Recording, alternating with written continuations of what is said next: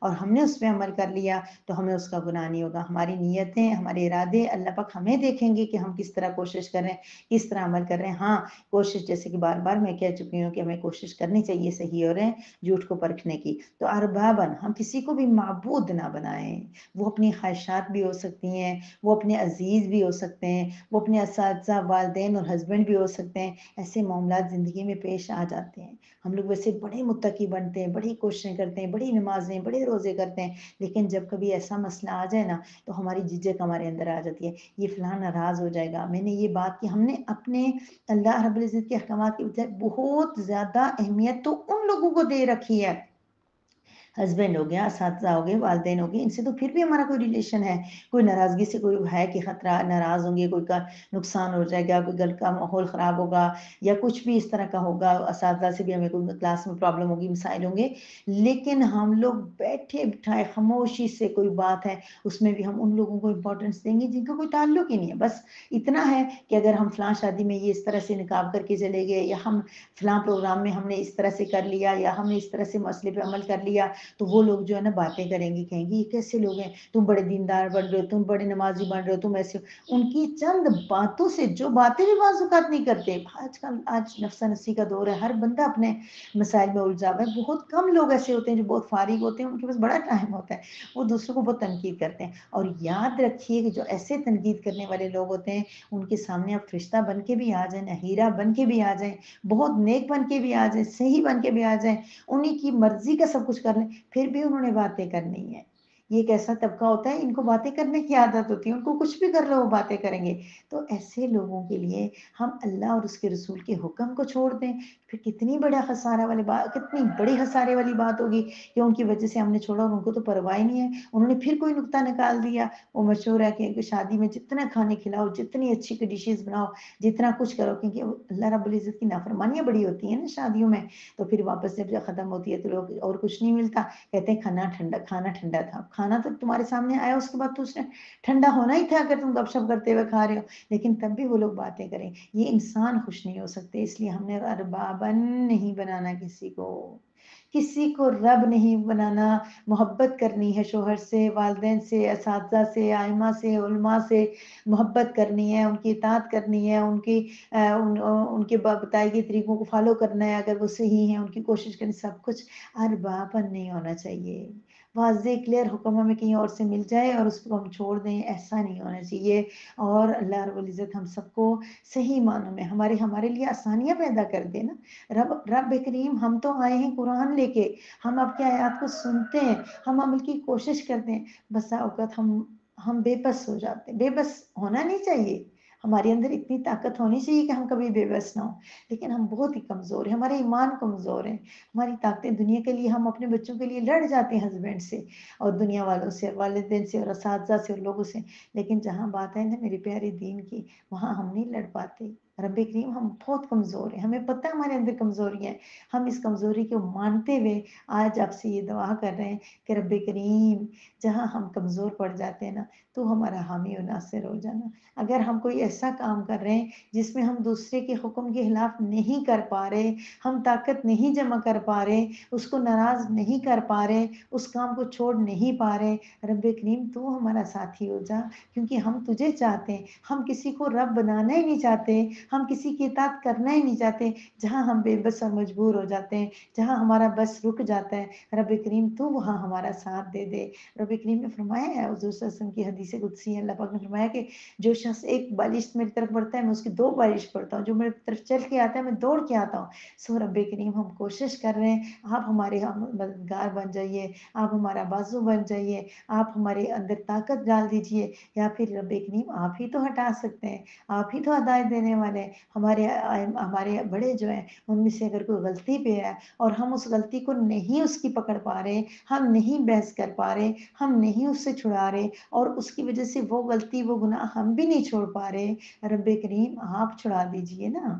رب کریم آپ کے پاس تو کلی اختیار ہے، آپ تو اس پہ بھی اختیار رکھتے ہیں جس پہ ہم اختیار نہیں رکھ رہے، تو پھر آپ چھڑا دیجئے نا، رب کریم آپ چھڑا دیجئے، رب کریم آپ ہماری مدد کر دیجئے۔ ہم سب جانتی ہیں، میری ساری بہنیں غور کریں، ہم سب دیکھ لیں کہاں کہاں ہم نے کوئی معبود بنا رکھا ہے، کہاں کسی کو ہم رب مان رہے ہیں، کہاں کسی کو ہم رب کریم کے حکم کے باوجود بھی ہم کسی کی اطاعت کر رہے ہیں اور اطاعت میں حد سے بڑھ رہے ہیں۔ تو پھر اپنا تجزیہ کریں، مواخذہ کریں، کر سکتے ہیں کوشش تو کریں، پھر رب کریم سے دعائیں کریں، رب کریم ہمیں ان گناہوں سے چھٹکارا دیں گے۔ فرمایا فَإِن تَوَلَّوْا، ان کی اہل کتاب کی بات ہو رہی ہے، اگر وہ منہ موڑ جائیں، اور پھر آج کے دور میں بھی کسی بہن، کسی دوست، کسی ساتھی کو بہت سمجھا رہے ہیں، بہت سمجھا رہے ہیں، بہت بتا رہے ہیں، واضح دلائل دے رہے ہیں، نہیں مان رہا، پھر تولو منہ موڑ رہا ہے، تو کیا کیجئے، فقول شدو، آپ ان سے کہتے تم گواہ رہو ہم مسلمان ہیں۔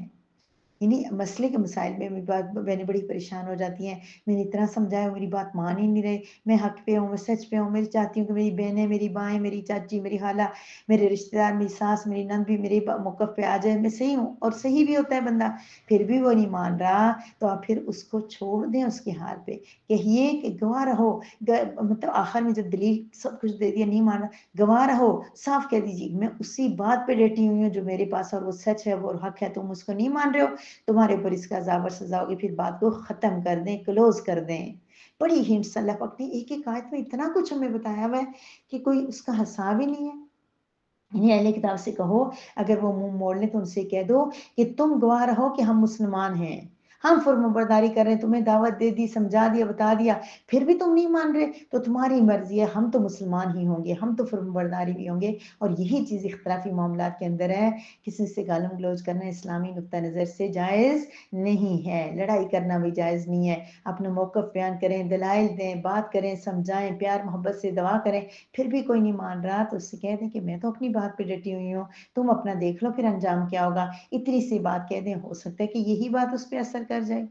حضرت محمد مصطفیٰ صلی اللہ علیہ وسلم نے جب دیگر ممالک کے بادشاہان کو خطوط وغیرہ لکھے، تو ہرکل جو بادشاہ تھا کرسچن، اس کو جب آپ نے خط لکھا تو آپ صلی اللہ علیہ وسلم نے اس کو یہ لکھا کہ تمہیں اسلام میں داخل ہو جاؤ، ورنہ تمہارا اپنا گناہ، تمہیں دوہرا اجر ملے گا، اور اگر تم نہیں داخل ہوتے تو اپنا گناہ بھی تمہارے سر ہوگا، اور تمہارے جو ذمی ہیں، تمہارے ماتحت تمہاری رعایا ہے، ان کا گناہ بھی تمہارے سر ہوگا۔ اور پھر وہاں پر عقائد و جہاں نے یہ آیت مبارکہ بھی کی کہ آپ صلی اللہ علیہ وسلم نے ان سے کہا کہ تم ایسے کلمے کی طرف آ جاؤ جو ہمارے اور تمہارے درمیان برابر ہے، کہ ہم کسی کو شریک نہیں ٹھہروائیں گے، کسی کو معبود نہیں بنائیں گے۔ اب اس میں تھوڑا سا آگے اختلاف بھی ہے، یہ آیت مبارکہ جو ہے وہ فتح مکہ کے بعد نازل ہوئی ہے، اور جب وہ خط لکھا گیا تھا وہ پہلے ہے، اس کی بہت لمبی چوڑی تفصیل ہے جس کا آپ سے اور میرے سے کوئی خاص تعلق نہیں ہے، کہ ہو سکتا ہے کہ عقائد و جہاں نے پہلے یہ ورڈنگ یوز کی اور اللہ پاک نے ان کی محبت اور ان کے اچھے ورڈنگ کو اللہ نے قرآن کا حصہ بنا دیا ہو، ایسا تو بہت بار ہوا ہے۔ حضرت ابوبکر صدیق، حضرت عمر فاروق رضی اللہ تعالیٰ عنہ نے فرمایا عورتوں کو پردہ کرنا چاہیے، پردے کا حکم نازل ہو گیا۔ حضرت عمر فاروق رضی اللہ تعالیٰ عنہ نے حضور صلی اللہ علیہ وسلم سے فرمایا کہ یہ منافقین کی نماز جنازہ نہ پڑھائیں آپ، اور اللہ کا حکم نازل ہو گیا کہ نماز جنازہ نہ پڑھائیں۔ اس طرح ہو سکتا ہے کہ آپ نے پہلے یہ ورڈنگ یوز کی ہو اتنی پیاری سی، اور اللہ پاک نے یہ آیت میں نازل فرمائی ہو سکتا ہے یہ آیت مبارکہ 2 مرتبہ نازل ہوئی ہو۔ بہرحال پھر وہی بات آتی ہے کہ اختلافی معاملات کے ساتھ ہمارا تعلق نہیں ہے، جب بھی عقائد و جہاں نے ان کو فرمایا تو ان کو ان الفاظ میں دعوت دی تو اس پہ بڑا اس کا اثر ہوا تھا۔ اللہ رب العزت ہمیں کہنے سننے سے زیادہ عمل کی توفیق عطا فرمائے۔ وآخر دعوانا ان الحمد للہ رب العالمین۔